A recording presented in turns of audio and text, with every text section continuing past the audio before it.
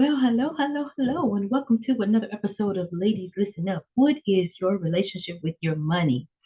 Today is going to be a very interesting topic, but before we get started, don't forget to like, share, and subscribe. Share this information with somebody else. Our sister girl circle needs to expand. We need to expand our mindset. So I am going to share a conversation that I had with Mr. Jose Gonzalez. And it's about becoming. What does it mean to become? So I'm going to share my screen. I want you to take a listen.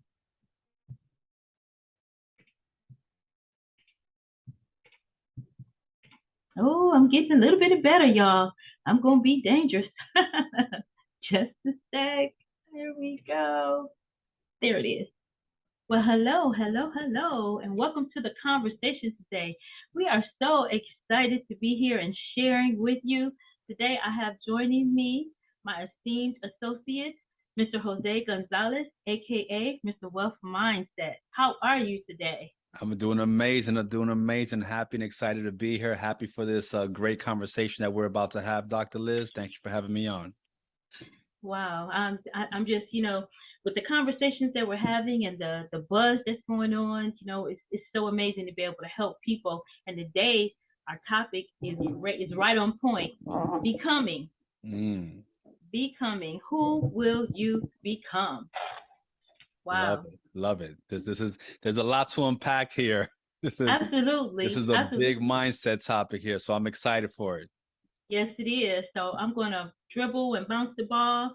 What does becoming mean to you? Yeah, I love that question. That's such a powerful way to start. People often talk about becoming something, right? And it, it doesn't always hit home exactly what does that mean, right? So the classic example that we've discussed before is the caterpillar to the butterfly, right? Becoming is when you go through some type of transformation and to the point where you've changed so much that you can't really go back to the original form. Another example I like to use is the person who's in shape, right? The guy or the girl with the six-pack, right? We look at them and we know that there was a process that they had to go through, right, to become that person. You don't just say, hey, tomorrow I want to be in shape, and it happens, right?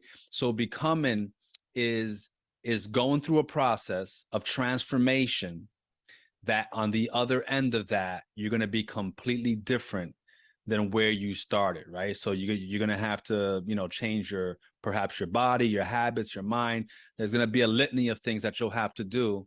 But yeah, so that's how I think about becoming, that transformative stage. Well, what are your thoughts on that?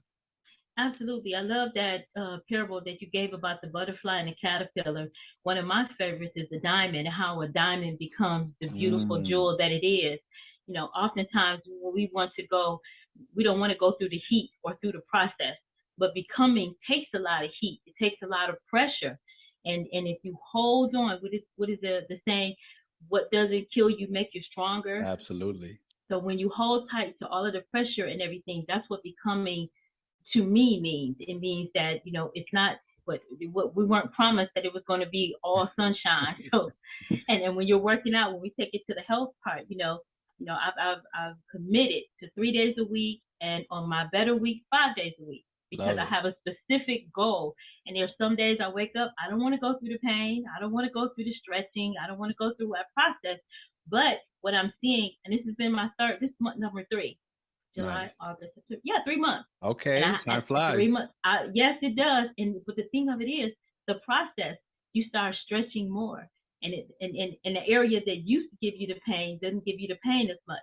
So it's the same thing when we start becoming. When we stretch our minds, it never goes back to that same position.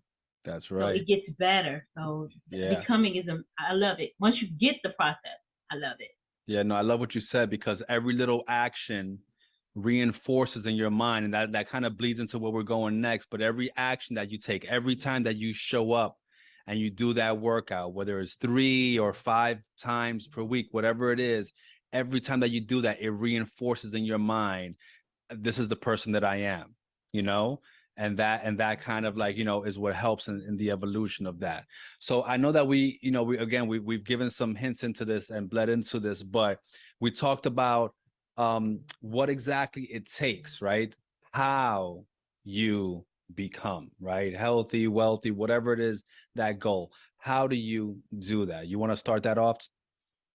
Absolutely. I think it's Stephen Covey that says begin with the end in mind. Mm, So you have to have a goal, a clear, specific, written goal. And it's just like when we're going, like if we're going anywhere, if we're going out of town, like I may want to go to Florida.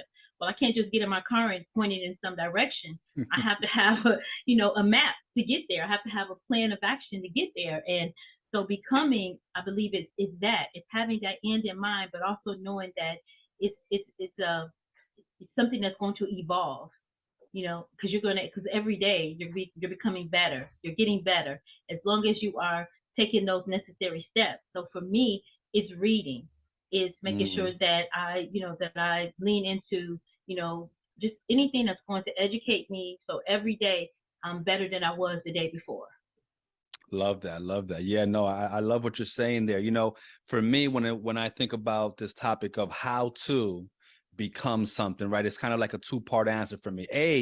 It's, we talked about this before, your reticular activating system, right? Your self-talk, the things that you're telling yourself, your affirmations, so that you can reprogram your mind. I know that Robert Kiyosaki has a saying, a quote where he says, it's not as important the things that you say out loud about yourself. What matters is what you whisper to yourself. That's most important, right? And so for me, the first part of becoming something is starting that positive conversation with yourself. Okay, speaking things as if they are, as if they were, and putting yourself in that mindset, right? The other part about it, like you said, when you talked about writing goals, I think about for me, one of the most clear examples is like you need to have a vision, right? Whether that's a written goal, okay, but in addition to that, I feel like you need to have a real vision of what it is that you want to accomplish. I know Arnold Schwarzenegger talked about this when he said he saw Reg Parker on a Mr. Universe magazine, right? And he found out that he was doing movies in Rome, and he had gone from becoming Mr. Universe to then becoming a movie star. And he decided right then and there, that's exactly what I wanted to do, right? I want to lift weights, I want to have big muscles, and then I want to use that to catapult to being a movie star, right? And we all know obviously what he did. Not only did he didn't stop there, he went on to coming from another country and being governor of a state, right? But it all starts with that vision. That vision is going to frame for you exactly what you need to do, right? And the fastest way to become something, the fastest way to get to through your how to is to simply follow someone who's done it before. Okay, like Arnold Schwarzenegger did. He wasn't the first person to become Mr. Universe or the first person to use that opportunity to then become a movie star. He just literally followed what somebody else did. So if you want to get through the how-to of becoming, find someone that has gotten the result that you want and just copy exactly what they did. That's a great point too. And I also wanted to add on to that. Also, be your own cheerleader. Your own cheerleader, because again, like you said a few minutes ago, what you start to tell yourself, so it can activate. We think about Michael Jackson, when he kept telling himself as a little boy he was going to be the greatest entertainer ever. He looked in the mirror and said, I'm going to be the greatest entertainer ever.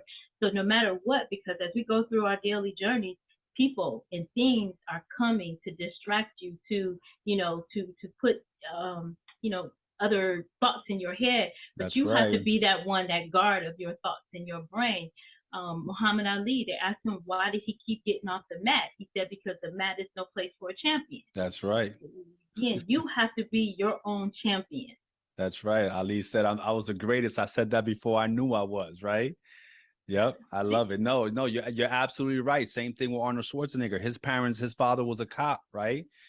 In Little Austria. He wanted him to be a cop, right? But that's not the vision that he had for himself. So sometimes people will, have an idea what your life should or could look like, is often coming from a place of love, but you have to have that vision of what's right for you, stick to that, cultivate it, and just go through the how-tos, find out who did it before you. Someone has done it before you. And if you're willing to pay the price, then listen, then it's going to be what you deserve. So absolutely have enjoyed this conversation. There's so much to unpack on this, but really, as we mentioned, it's about having a goal, a clear vision of what it is that you want to accomplish, finding someone who has done that before, emulating exactly what they want, and then also having that positive self-talk with yourself, to reprogram your brain and actually become that person and get that transformation. I've definitely enjoyed this conversation. Oh, I've enjoyed it as well. And as I always close with, listen, learn, and leverage the information, because success leaves clues. Love it. Love it. All right, guys, we'll see you in our next conversation. Till then, you all be beautiful. All right. I just wanted to make sure that I shared that conversation with you, because it goes into what we're talking about as far as, our mindset and helping us to get things, to a paradigm shift, and whatever it is that you haven't been happy with, you can turn that around, because now you've mapped out a plan and you've mapped out a way to get there. And so just understanding, how do we become, how do we catapult from being, from blooming into a beautiful butterfly?